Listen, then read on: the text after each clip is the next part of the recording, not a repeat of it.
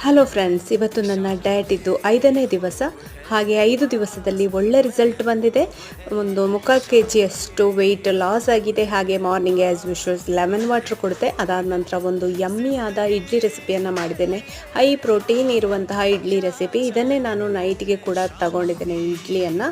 ಈ ಇಡ್ಲಿ ರೆಸಿಪಿ ನಿಮಗೆ ನೋಡಬೇಕು ಅಂತ ಇದ್ದರೆ ನನ್ನ ಲಾಂಗ್ ವಿಡಿಯೋವನ್ನು ನೋಡ್ಬೋದು. ಅದಾದ ನಂತರ ನಾನು 11 ಗಂಟೆ ಅಷ್ಟೊತ್ತಿಗೆ ಒಂದು ಕ್ಯಾರೆಟನ್ನು ಕಟ್ ಮಾಡಿಕೊಂಡು ತಿಂದಿದ್ದೇನೆ. ಫ್ರೂಟ್ ಬದಲಾಗಿ ನೀವು ವೆಜಿಟೇಬಲ್ಸ್ ಕೂಡ 11 ಗಂಟೆ ಅಷ್ಟೊತ್ತಿಗೆ ತಿನ್ಬೋದು. ಅದಾದ ನಂತರ ಲಂಚಿಗೆ ನಾನು ಒಂದು ತೊಗರಿಬೇಳೆಯಿಂದ ಮಾಡಿದಂತಹ ಯಮ್ಮಿ ದಾಲ್ ಹಾಗೆ ಬದನೆಕಾಯಿಯಿಂದ ಮಾಡಿದಂತಹ ಒಂದು ಪಲ್ಯವನ್ನು ತಗೊಂಡಿದ್ದೆ.